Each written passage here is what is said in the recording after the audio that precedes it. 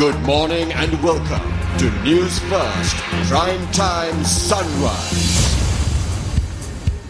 It's the 13th of May 2015. A very good Wednesday morning to you and welcome to Prime Time Sunrise. You're with me, Florine Rajendran. Before going to the stories in detail, here's a look at your headlines. 4,000 persons affected due to inclement weather conditions.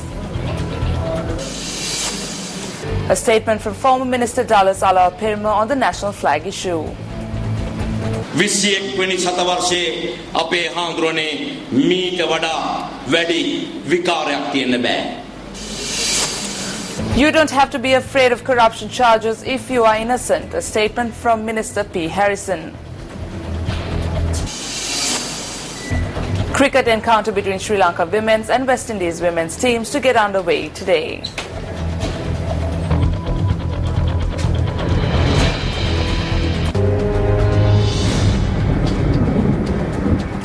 Inclement weather was experienced recently over some parts of the island, including Colombo. Will the adverse weather prevail today as well? Here's a comprehensive weather report.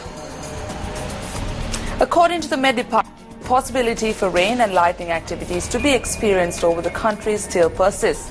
Showers or thunder showers will occur at most parts of the island during the afternoon and night.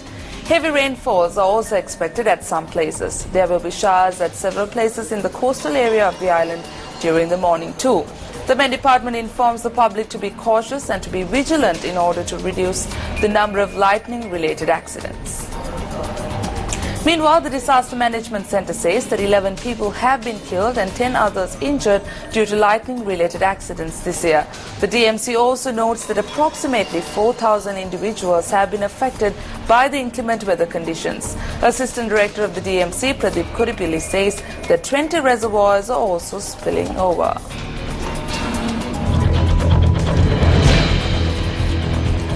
United People's Freedom Alliance Parliamentarian Dallas Alappirima states that in order to wipe out corruption, punishment must be meted out regardless of position. The parliamentarian expressed this view whilst addressing a function in Yakkalmulla, Gaul. කොහේ හරි දූෂණයක්, කොහේ හරි හොරකමක්, වංචාවක්, රාජ්‍ය දේපල මංකොල්ල කෑමක් වෙලා තියෙනවනම් if there is an instance of corruption, theft, fraud of state property, then punish them. It doesn't matter what party they are from or what position they hold. The CID called me and said they wanted a statement from me with regard to a complaint they had received saying I had insulted the national flag. I got into the dock for the first time in my life. Today they are saying I distorted the national flag by taking the wrong flag into my hands. This is the 21st century and I haven't heard of greater nonsense. 21 වෙනි සතවර්ෂයේ අපේ හාමුදුරනේ මීට වඩා වැඩි විකාරයක් තියෙන්න බෑ. The parliamentarian expressed these views while speaking at a memorial held on behalf of former Minister Amarisiri Duramguda. Minister of Social Services and Welfare P. Harrison says one should not fear any allegations of corruption being levelled if one has not committed any wrong. No one thought that Johnston Fernando will have to go to jail with his hands in cuffs. We never thought that the brother of Rajapaksa will go to jail handcuffed. We never thought such a thing would happen in our lifetime. They never thought this will come around. What has happened now? If the thieves are nabbed, they hold demonstrations asking to release them. If a complaint is lodged at the Bribery Commission saying that someone has taken a bribe, if this person goes there to provide a statement, they protest opposite the Bribery Commission as well. Why are they afraid? අල්ලස් කොමිසමට පැමිණිලි කරපුවාම මේගොල්ලෝ අල්ලස් අරන් තියනවයි කියලා. ඒ අල්ලස් වලට කට උත්තර දෙන්න ගියාම අල්ලස් කොමිසම ඉස්සරහා මේ උද්ඝෝෂණය කරනවා. ඇයි බය?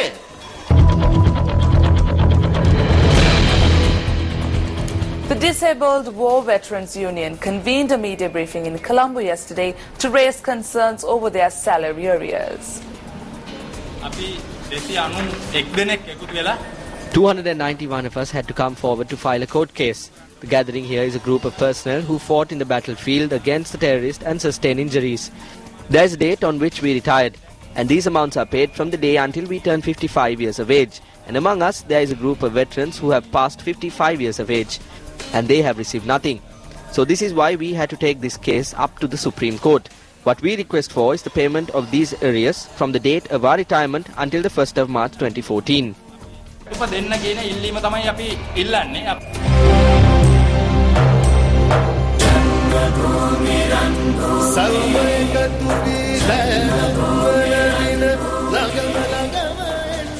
Today is the 6th day of the Runhoomi Rally for Unity, which is journeying across the length and breadth of the island, spreading the message of coexistence and harmony. The Runhoomi Rally for Unity is to commence day 6 of the journey from Mulliyawale this morning, while its destination would be Parakramapura. Runhoomi Rally for Unity is jointly organized by MTV, MBC Newsfirst, the National Youth Services Council and the Colombo Port City. For information on the journey of the Runhoomi Rally, we now have our correspondent Maria Kaid on location. Maria, over to you. Today is day 6 of the Runhoomi Rally for Unity, which is jointly organized by the MTV MBC Network, Newsfirst, National Youth Services Council and Colombo Port City. So we will commence our journey today from Mullatil, which is located in the northeast of Sri Lanka, spreading the message of coexistence and harmony. Our first location for today will be Mulliyawale, which is a town in the Mullatil district. We have visited several cities so far. We've collected a special brick with the engraving of each village, which will be used for the construction of the Unity Monument in Colombo, depicting national unity and togetherness. So stay with News First as we bring you the details of our 40 days journey across the country as and when it happens. For the News First team, I'm Maria Kaid for the Runhoomi Rally for Unity.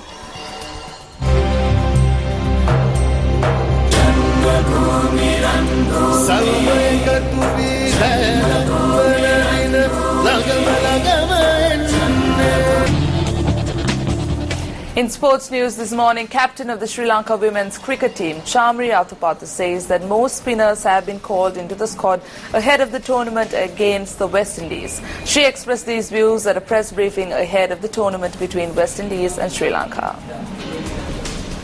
The tournament included 4 one-day internationals and 3 T20 matches. The tournament will commence today at the R. Premadasa Stadium. We are prepared and we have identified the flaws of the West Indians. Their batters face hardships in facing spin bowlers. For this reason, we have called in more spinners. There's a good combination of senior and junior players. We lost previous matches due to flaws in the batting department. We have overcome them now.